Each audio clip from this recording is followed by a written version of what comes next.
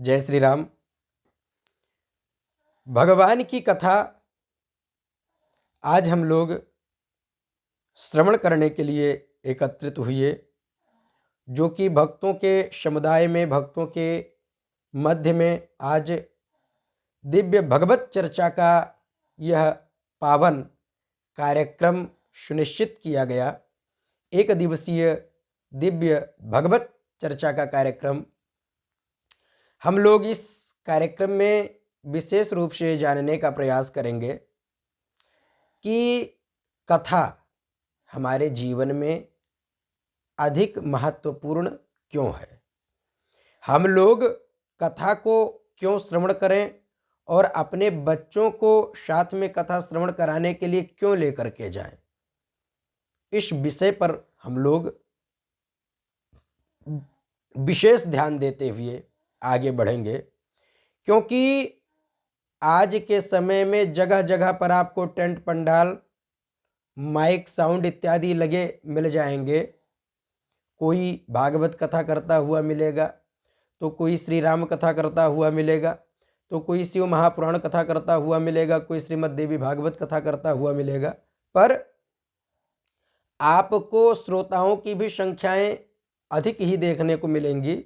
लगभग लोग अधिकांशतः आपको कथा श्रवण करने के लिए वहां जाते हुए दिखाई पड़ेंगे। पर वहां से आने के बाद यदि आप किसी भी श्रोता से यह प्रश्न करें, भैया आप कथा को श्रवण करने गए थे, कथा सुनने गए थे, तो क्या कथा से कुछ आप समझ पाए कि नहीं, तो वो आपको एक ही उत्तर देगा कि भैया हम लोग अनपढ़ गंवार लोग कथा को कहाँ समझ पाएंगे।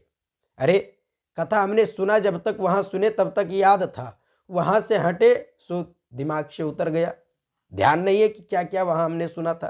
पर एक बात जरूर हमने सुना था कि हाँ कथा हो रही थी। बस लोगों की ये स्थितियां वर्तमान समय में देखने को मिलती है।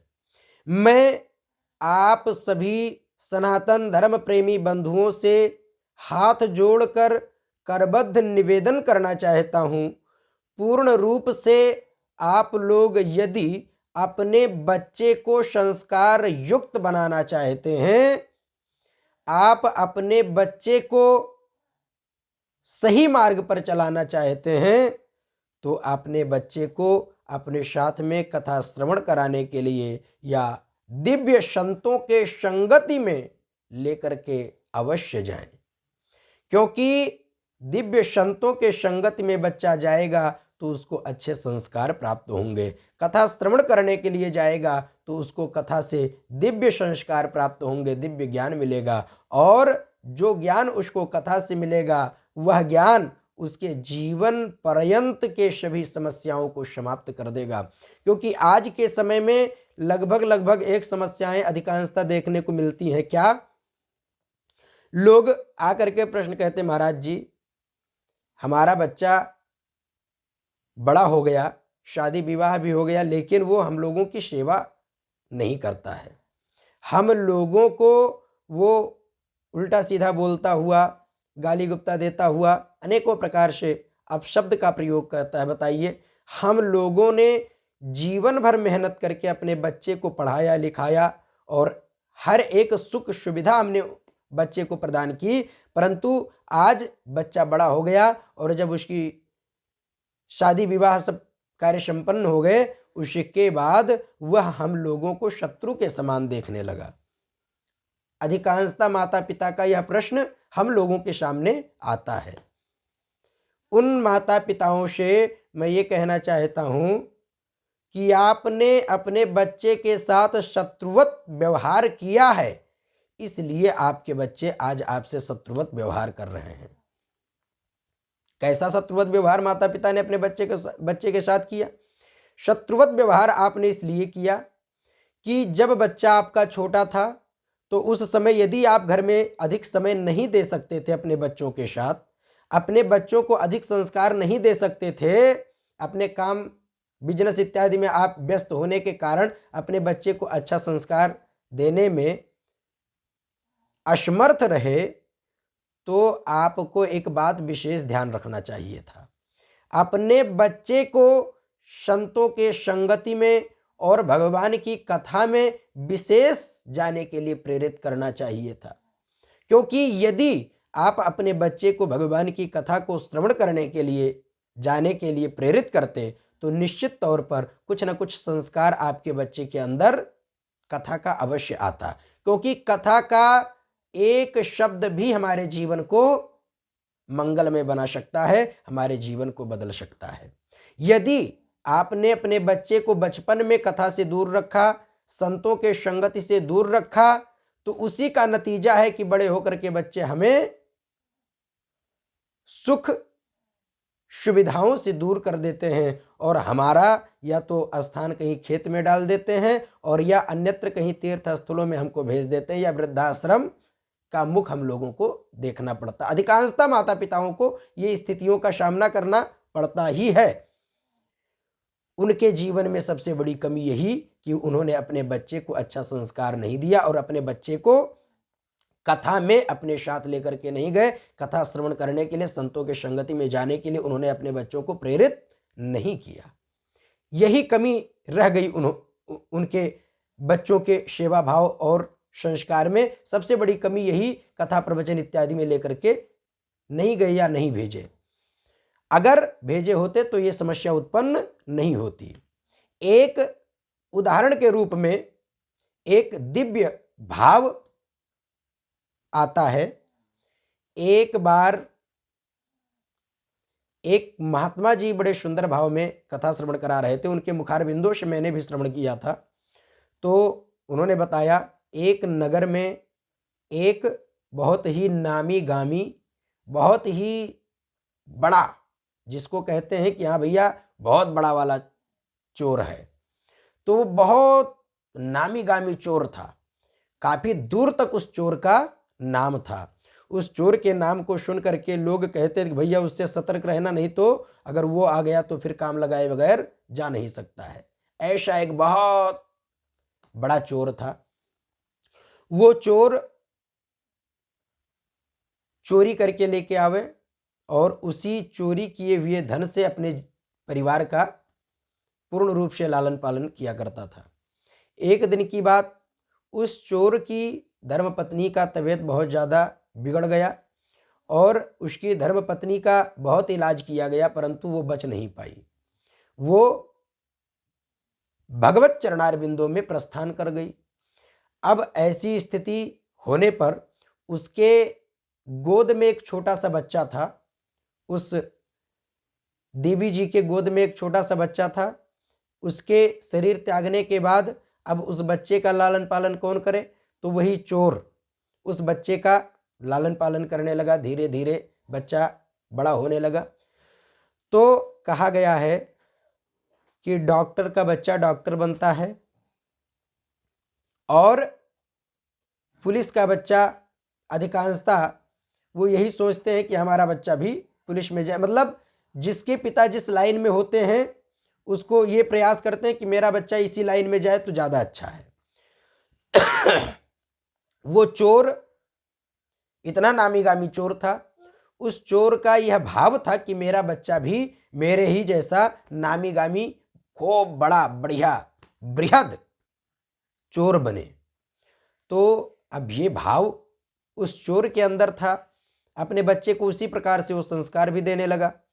उसने एक दिन अपने बच्चे से कहा, बेटा जीवन में अगर तुम चोर बनना चाहते हो, सफल चोर बनना चाहते हो, अच्छे चोर बनना चाहते हो, तो कुछ स्थानों से तुम बच करके रहना।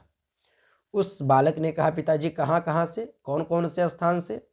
उस चोर ने कहा, बेटा एक बात ध्यान रखना, कभी तुम कथा श्रवण करने के लिए मत जाना, कभी तुम किसी संत के संगति में मत बैठना, कहीं तुम किसी सत्संग प्रवचन इत्यादि कार्यक्रमों में मत जाना।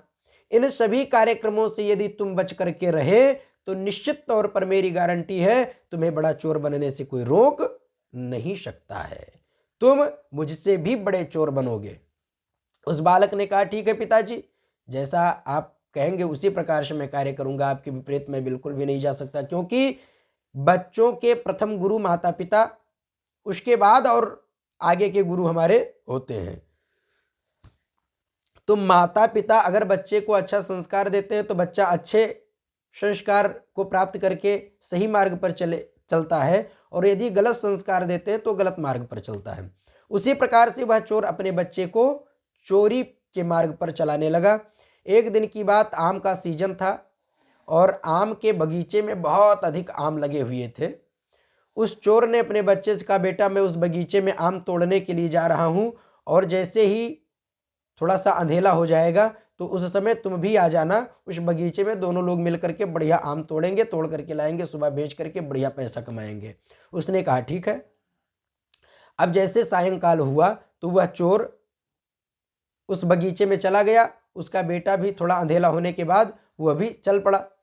मार्ग में एक जगह टेंट पंडाल लग करके भगवान की दिव्य मंगलमयी कथा चल रही थी, और उस कथा में वह बालक कथा के थोड़ा सा पहले ही पहुंचा था, कथा पंडाल के पहले ही। तो वो बालक सोचने लगा मन में कि पिताजी ने मना किया था कहीं कथा मत श्रवण करना, और यहाँ कथा हो रही है, अभी मैं इस मार्ग से जाऊंगा तो मेरे कानों में कथा का शब्द तो जरूर पड़ेगा। इसलिए उसने अपने दोनों कान में कस करके अंगुली लगा लिया कि मैं अंगुली लगा लूंगा तो कथा का शब्द मेरे कानों में नहीं पहुंचेगा। अब वो दौड़ करके उस कथा पांडाल को पार करने लगा। जैसे ही पार करने लगा सो कथा पांडाल के गेट के सामने जैसे ही वो पहुंचा, सो उस चोर के पैर, उस बालक के पैर में एक कांटा चुभ गया। जैसे ही कांटा चुभा सो अब ना वो आगे जा सकता है ना पीछे जा सकता है। अब वो बालक क्या करे, और अगर कांटा निकालने के लिए अपने कानों से हाथ को हटाता है तो कथा का शब्द उसके कानों में पड़ जाएगा। अब वो बालक सोच करके भी कुछ नहीं कर पा रहा है। अब इधर उसको एक टेंशन और है कि अभी अगर हमको विलंब हो गया तो पिताजी भी वहां नाराज होंगे। इसलिए उस बच्चे ने एक दिमाग लगाया। उसने कहा कि धीरे से दाहिने कान से अपने हाथ को हटा करके जल्दी से इस कांटे को निकाल करके फेंक दूंगा, फिर अपने कान में अंगुली लगा लूंगा। इतने देर में बहुत ज़्यादा कोई कथा का शब्द तो कान में जाएगा नहीं।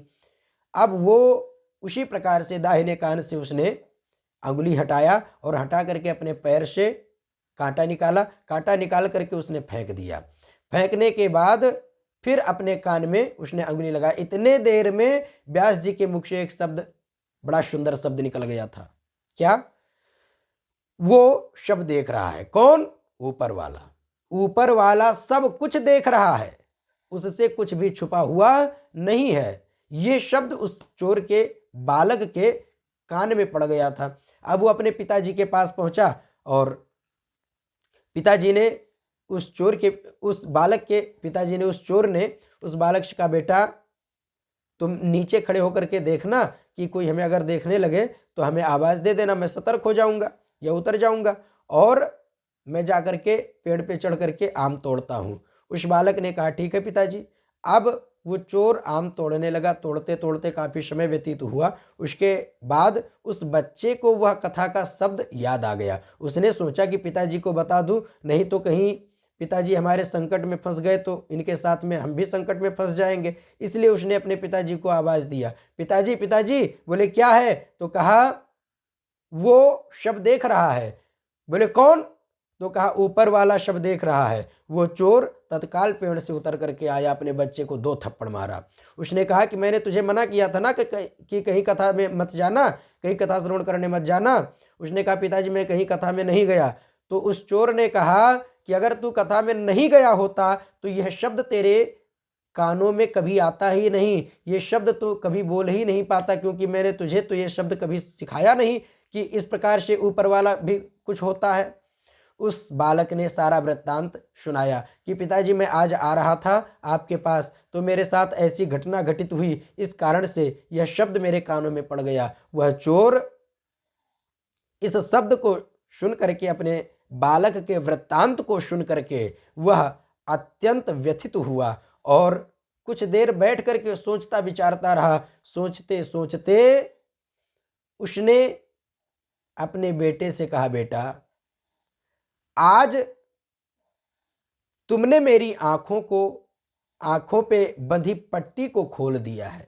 बेटा आज तक मैं तेरा शत्रु बन करके तुझे गलत शिक्षा दे रहा था, गलत मार्ग पर चलने के लिए मैं तुझे प्रेरित कर रहा था, पर आज तूने वास्तविक शब्द को सुन करके मेरे आंखों को खोल दिया है। मैं जगत वालों से तो बच सकता हूं, पर ईश्वर से मैं नहीं बच सकता हूं। ईश्वर मेरे सभी गुनाहों पर दृष्टि डाल करके देख रहा है। ईश्वर मेरे प्रत्येक कर्मों को देख रहा है।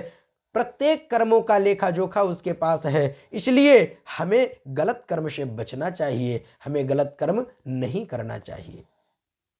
उस बालक के सिर्फ एक ही शब्द पर वह चोर पूर्ण रूप से संकल्प लेने पे मजबूर हो जाता है। वह चोर कहता है अपने पुत्र से, बेटा आज मुझे समझ में आ गया कि जीवन में सबसे बड़ी गलती मैं कर रहा था, और आज से मैं यह संकल्प लेता हूं कि जीवन में कभी गलत कर्म मैं नहीं करूंगा। और बेटा तुझे जिन जिन कार्यों को मैंने करने के लिए मना किया था, आज से उन सभी कार्यों को करने के लिए आदेश देता हूं, अनुमति देता हूं। आज के बाद तुमको चोरी का मार्ग, गलत मार्ग छोड़ करके तुमको भगवान की कथा को श्रवण करना है और संतों के संगति में बैठना है और सदा भगवत चरणारविंदों में भजन करते हुए जीवन को व्यतीत करना है। बेटा इन बातों को आज से तुम मानना प्रारंभ करो। उस बालक ने कहा, पिताजी जैसा आपका आदेश मैं उसी को पालन करूंगा, आप चिंता न करें। अब चोर और चोर का बालक दोनों अपने घर को त्याग करके, अपने चोरी वाले जीवन को त्याग कर वह स्वयं दोनों भगवान के मंदिर में आकर के भगवत भजन में अपने जीवन को व्यतीत करने लगे। भगवान के चरणों में कथा प्रवचन श्रवण करके अपने जीवन को व्यतीत करने लगे। तो इस दिव्य प्रसंग का एक ही उद्देश्य है कि हम लोग कथा प्रवचन में, सत्संग इत्यादि में अपने बच्चे को अवश्य लेकर के जाएं, क्योंकि सिर्फ कथा का एक शब्द उस चोर के जीवन को बदलने में समर्थ रहा और उस बच्चे के भी बिगड़ते हुए भविष्य को मंगलमय बनाने के लिए, बिगड़ते हुए भविष्य को सही करने में समर्थ रहा सिर्फ कथा का एक शब्द। तो हम अगर कथा में जाएं तो कथा के पांडाल में बैठ करके वहां के कमियों को ना गिने, वहां के दृश्यों को ना देख करके हम कथा के प्रत्येक शब्दों को श्रवण करके अपने जीवन में उतारने का प्रयास करें। और यदि हम अपने जीवन में कथा के शब्दों को उतारेंगे तो निश्चित तौर पर हमारा जीवन मंगलमय बनेगा, हमारे जीवन की सभी प्रकार की समस्याएं दूर हो जाएंगी और भगवान से हमारा नाता और भी अच्छा जुड़ता जाएगा और हमारा प्रेम भगवान के चरणों में और भी प्रगाढ़ होता जाएगा। इसलिए आप सभी सनातन धर्म प्रेमी बंधुओं से मैं निवेदन करना चाहूँगा कि आप लोग सनातन संस्कृति के अंतर्गत जो संस्कार बताए गए हैं उन संस्कारों को अपने बच्चों को देने का कार्य करें और उसके साथ साथ अपने ग्राम क्षेत्र में या जहां कहीं भी भगवान की कथा का शुभ संदेश आपको प्राप्त हो कि हाँ फला जगह कथा चल रही है, तो वहां पे आप थोड़ा समय निकाल करके स्वयं जाएं और अपने साथ में अपने बच्चे को भी लेकर के जाएं, क्योंकि ऐसा करने से आपका भी जीवन मंगलमय होगा, साथ ही साथ आपके बच्चे का भी जीवन मंगलमय होगा। जब भी आप खाली समय में बैठें तो आप अपने बच्चे को भगवान के कथा से जुड़ा कोई ना कोई प्रसंग जो आपको याद हो या जो आपने कभी सुना हो वह आप अपने बच्चे को अवश्य सुनावें, अपने बच्चे को अवश्य समझावें, क्योंकि ऐसा करने से आपके बच्चे के अंदर भगवत प्रेम जागृत होगा और भगवान की कथा को श्रवण करके आपके वृद्धावस्था में आपका बच्चा भी आपका सहायता करने में सफल होगा और आपका सेवा भाव वो पूर्ण रूप से करेगा। तो इसी भाव के साथ मैं आप लोगों को बार बार पुनः बताना चाहता हूं कि अपने बच्चे को यदि आप संस्कारवान बनाना चाहते हैं, संस्कार युक्त बनाना चाहते हैं, तो इन बातों को विशेष रूप से ध्यान में रख करके अपने बच्चे को कथा श्रवण कराने के लिए अवश्य लेकर के जाएं। जो लोग ये कहते हैं कि एक बार कथा सुना था, बार बार कथा क्या सुनना, वो लोग अपने दिमाग से इस सोच को हटा दें, क्योंकि हम कथा एक बार जो सुनते हैं वही कथा हमको हो सकता है कोई दूसरे प्रकार से सुना करके हमें समझाया हो, कहीं अलग जाएंगे वो दूसरे प्रकार से हमको समझाएगा।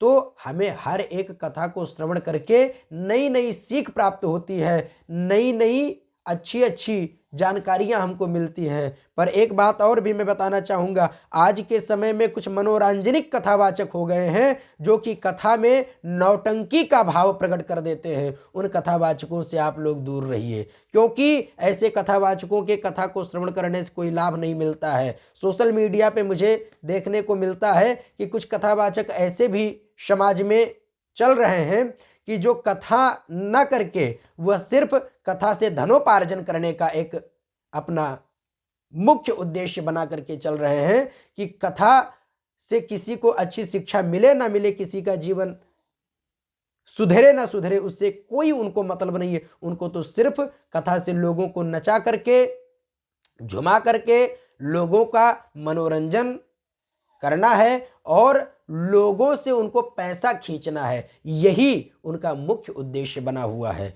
ऐसे कथावाचकों से सावधान रहें। कथा श्रवण करने जाएं तो जो विद्वत वेदों का अध्ययन करने वाला वेद पाठी ब्राह्मण हो, उसी के मुखार बिंदों से श्रवण किया हुआ कथा आपके जीवन को बदल सकता है, क्योंकि वह कभी गलत मार्ग पर चलने की आपको जानकारी अपने कथा के माध्यम से नहीं देगा। यह 100% सत्य है। और जो नए नए युग के जो अनेकों प्रकार के कथावाचक मैंने सोशल मीडिया पे देखा है कि एक महोदया कथावाचिका जी थी, वो बंदूक लेकर के मंच पे बैठी हुई थी और एक कथावाचक अनेकों प्रकार से अभद्र शब्दों का प्रयोग मंच से कर रहे थे। तो ऐसे नौटंकिया कथावाचकों से सावधान रहिए। ऐसे नौटंकिया कथावाचकों का कथा श्रवण करने से कोई लाभ मिलने वाला नहीं है। सात्विक और विद्वत जनों के बीच में बैठ करके आप कथा श्रवण करके अपने जीवन को सुधारें एवं अपने बच्चों के भी जीवन को मंगलमय बनावें। जय श्री राम, जय श्री राधे। बोले सत्य सनातन धर्म की जय।